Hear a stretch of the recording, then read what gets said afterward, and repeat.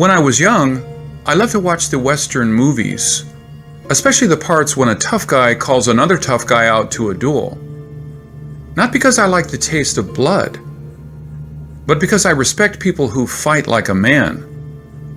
That is why there is still a sore spot in my heart when I think of JFK.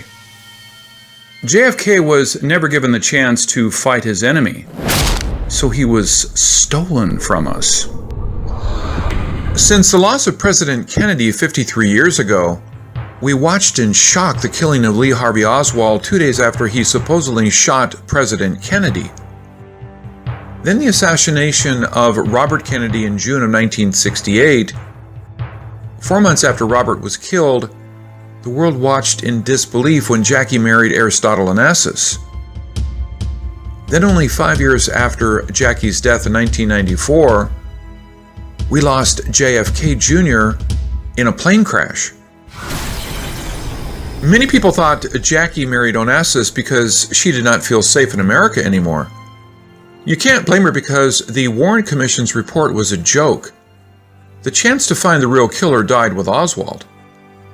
And Robert, the former Attorney General, the leading Democratic presidential candidate and a sitting U.S. Senator, was shot and killed in broad daylight.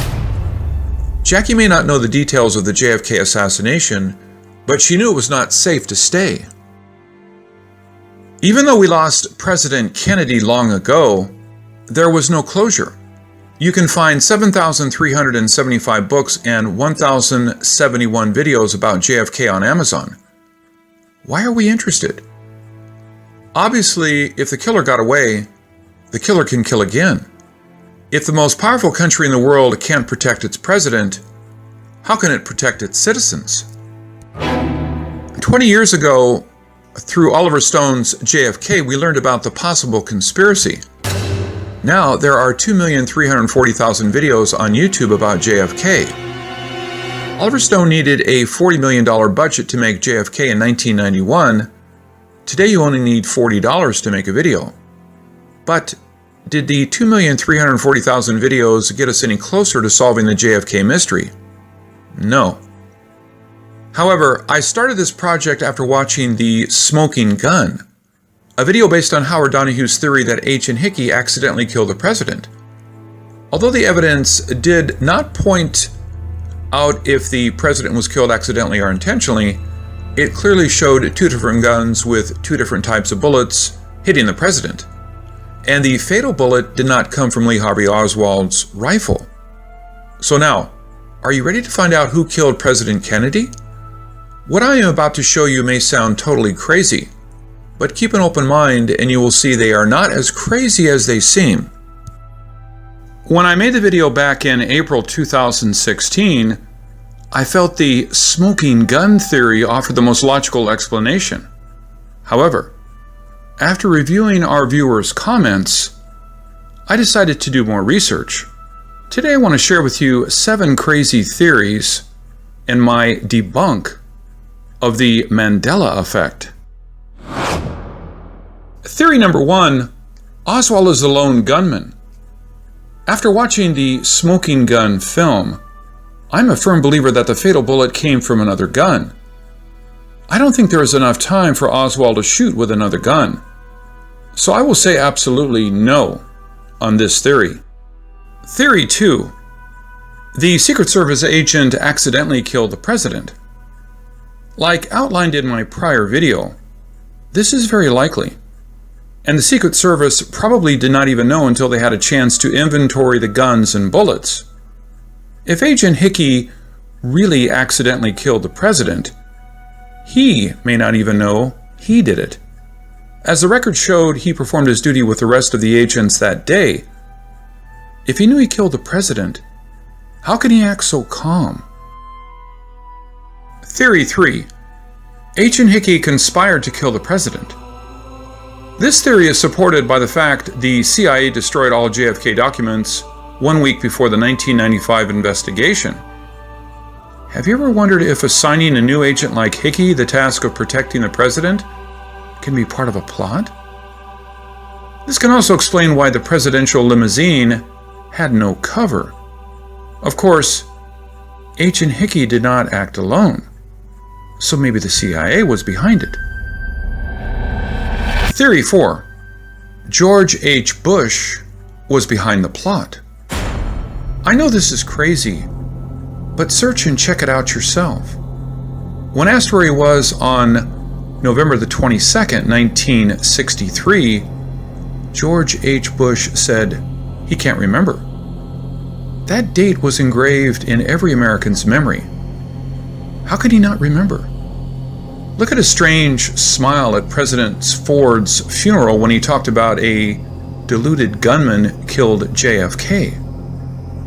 According to Family Secrets by Russ Baker, George H. Bush was at a meeting representing the CIA on the JFK assassination of November 23, 1963. And this memo showed George H. Bush called the Houston police at 1:45 p.m. on November the 22nd, 1963, giving them information about a possible person of interest in the assassination.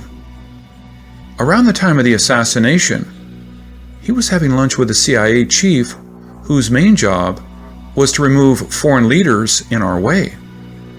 But that chief, Al Ulmer, happened to be in Dallas that day. It's interesting stuff, but nothing incriminating. I can't even call that circumstantial semi-evidence. But when we have nothing, semi-evidence may be all we have, right? Theory 5. The driver did it. A lot of people believe this because right after the first shot, the driver turned around at the same time the fatal shot was fired. A lot of people believed he made the fatal shot. However, I watched this frame-by-frame analysis by Robert Harris, which showed both of the driver's hands when the bullet hit. Of course, films can be edited, and 007 can shoot with his toes. But if I were the jury, I will not convict the driver of this crime. Theory 6. Jackie did it. When I first heard about this, I thought it was a joke, and not a very good one. Then after I watched a few videos, I started to doubt if this impossible theory is possible.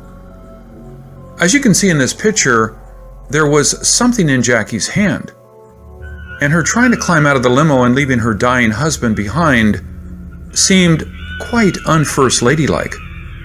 But think about this. If Jackie wants to kill JFK, she can do it anytime, anywhere. Why do it in public? After JFK has already been shot and likely to die. One popular theory said Jackie was under hypnosis when she pulled the trigger. But she was in the limo and no one noticed any triggering act. If you say the first shot is the triggering call, why don't they just have the first gunman kill JFK? Let me first show you this picture taken at the same time. What do you see in the picture? What is on Jackie's hands? The white gloves, right? Is it possible that the object in her hand is the light reflecting from her white glove? If you don't believe me, take a look at this picture. Do you see the white spot on the driver's forehead? If you watch the video, you will know it is a reflection. If this is a reflection, more than likely, this is one also. Theory 7. No one did it.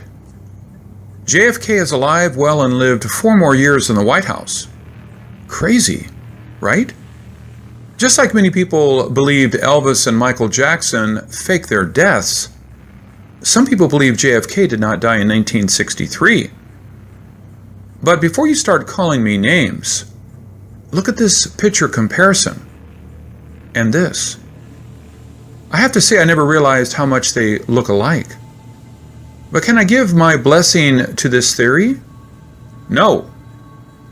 JFK was 6 feet tall, but President Carter is only 5'9". And President Carter had a distinguished naval career before entering the political scene in 1963, he cannot be JFK.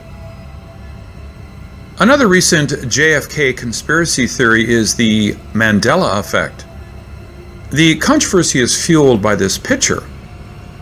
The limo JFK was in is on display, and it clearly shows 4 seats, just like shown in this 1963 Time magazine cover.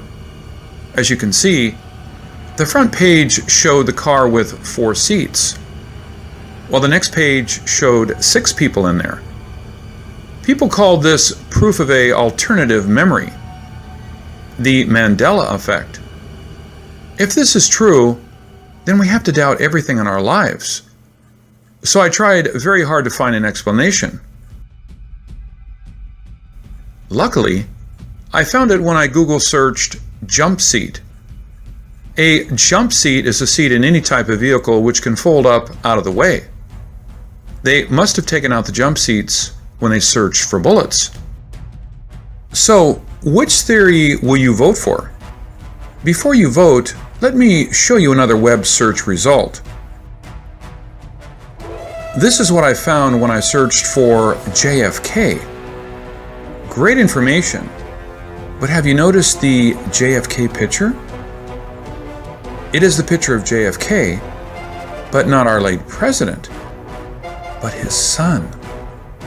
Now, do you still believe what you see on the internet? Several viewers asked why we only present theories instead of giving a verdict. Well, you have to make the decision. This is Ken Peters. Thank you for watching.